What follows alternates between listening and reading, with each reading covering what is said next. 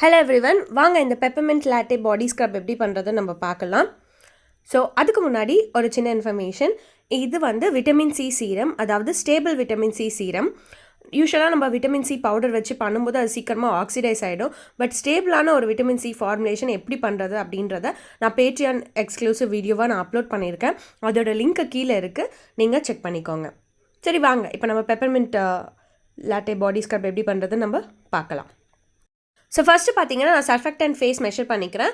இதில் பார்த்தீங்க அப்படின்னா எஸ்சிஐ பவுடர், அதாவது சோடியம் கொக்கைல் ஐசோதைனேட் சொல்லுவாங்க. இந்த பவுடர் வந்து நான் மெயினாக எடுத்திருக்கேன், அதாவது ப்ரைமரி சர்ஃபெக்டண்ட்டாக எடுத்து 10 கிராம்ஸ் நான் ஆட் பண்ணியிருக்கேன். அதுக்கப்புறம் பார்த்தீங்க அப்படின்னா சிஏபிபியும் 10 கிராம்ஸ் ஆட் பண்ணியிருக்கேன். இது ரெண்டுத்தையும் நம்ம வந்து டபுள் பாய்லரில் வச்சு மெல்ட் பண்ணணும். இது என்ன ஆகும் அப்படின்னா ஒரு பேஸ்ட் மாதிரி ஆகிடும். ஸோ இது பேஸ்ட் மாதிரி ஆனதுக்கப்புறமா நம்ம மற்றது கூட நம்ம மிக்ஸ் பண்ணிக்கலாம். ஸோ நெக்ஸ்ட்டு பார்த்தீங்க அப்படின்னா நான் டிஸ்டில் வாட்டர் எடுத்துக்கிறேன். Distil water 31.5 grams.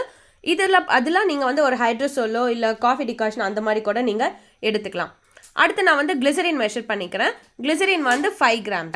கிளிசரின் வந்து கொஞ்சம் ஹை பர்சன்டேஜ் நான் ஆட் பண்ணியிருக்கேன். பிகாஸ் இது வாஷ் ஆஃப் ப்ராடக்ட் அப்படின்றதுனால உங்களுக்கு வந்து ஸ்டிக்கினஸ் அந்த மாதிரி ஃபீலாக இருக்காது. இது வந்து மாய்ஸ்சரைஸ் தான் பண்ணும், ஸ்கின்னை வந்து நல்லா ஸ்மூத்தாக வச்சுக்க தான் இது வந்து ஹெல்ப் பண்ணும். அடுத்து பார்த்திங்க அப்படின்னா நான் இதே பீக்கர்லேயே எமல்சிஃபைஸும் ஆட் பண்ணுறேன், ஈவாக்ஸ் அண்ட் ஸ்டீரிக் ஆசிட். பட் இதில் வந்து நீங்கள் ஒரு விஷயம் கான்சன்ட்ரேட் பண்ண வேண்டிய விஷயம் என்னென்னா, இதை டபுள் பாய்லரில் ஹீட் பண்ணும்போது க்ளவுடியாக ஆகிடும்.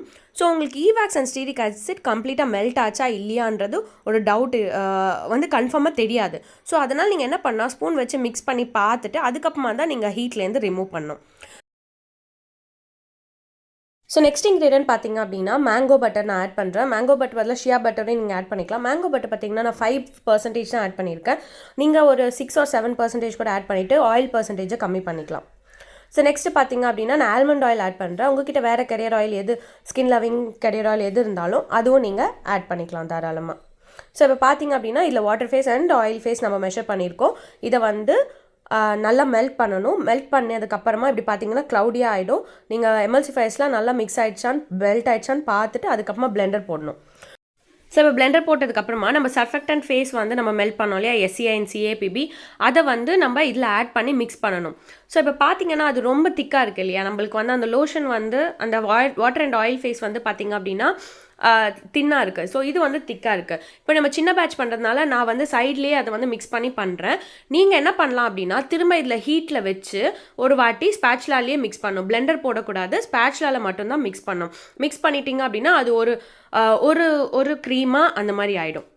ஸோ இப்போ அந்த மாதிரி மெல்ட் ஆனதுக்கப்புறமா நான் என்ன பண்ணுறேன் அப்படின்னா கொஞ்சம் ஹீட் இருக்கும்போதே காஃபி பவுடர் ஆட் பண்ணுறேன். ஸோ தட் அந்த காஃபி பவுடரில் இருக்கிற அந்த கொஞ்சம் எக்ஸ்ட்ராக்ட் வந்து இந்த க்ரீமில் வந்து வரும் அப்படின்றதுனால காஃபி பவுடர் ஆட் பண்ணிவிட்டு நான் வந்து மிக்ஸ் பண்ணிடுறேன். மிக்ஸ் பண்ணிவிட்டு இதை வந்து ரூம் டெம்பரேச்சரில் வைக்கலாம். இது 45 டிகிரி செல்சியஸ்க்கு கீழே வந்ததுக்கு அப்புறமா நம்ம வந்து cool down phase ingredients add பண்ணிக்கலாம்.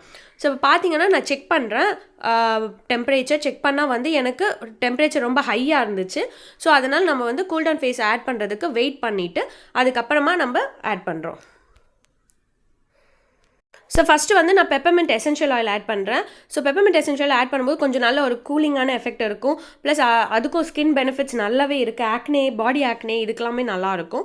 ஸோ அதனால் பெப்பர்மெண்ட் எசென்ஷியல் ஆட் பண்ணுறேன். ப்ளஸ் காஃபி அண்ட் பெப்பர்மெண்ட் வந்து மிக்ஸ் ஆகிட்டு ஒரு நல்ல ஒரு ஃப்ராக்ரன்ஸ் இருக்கும், அதனால தான்.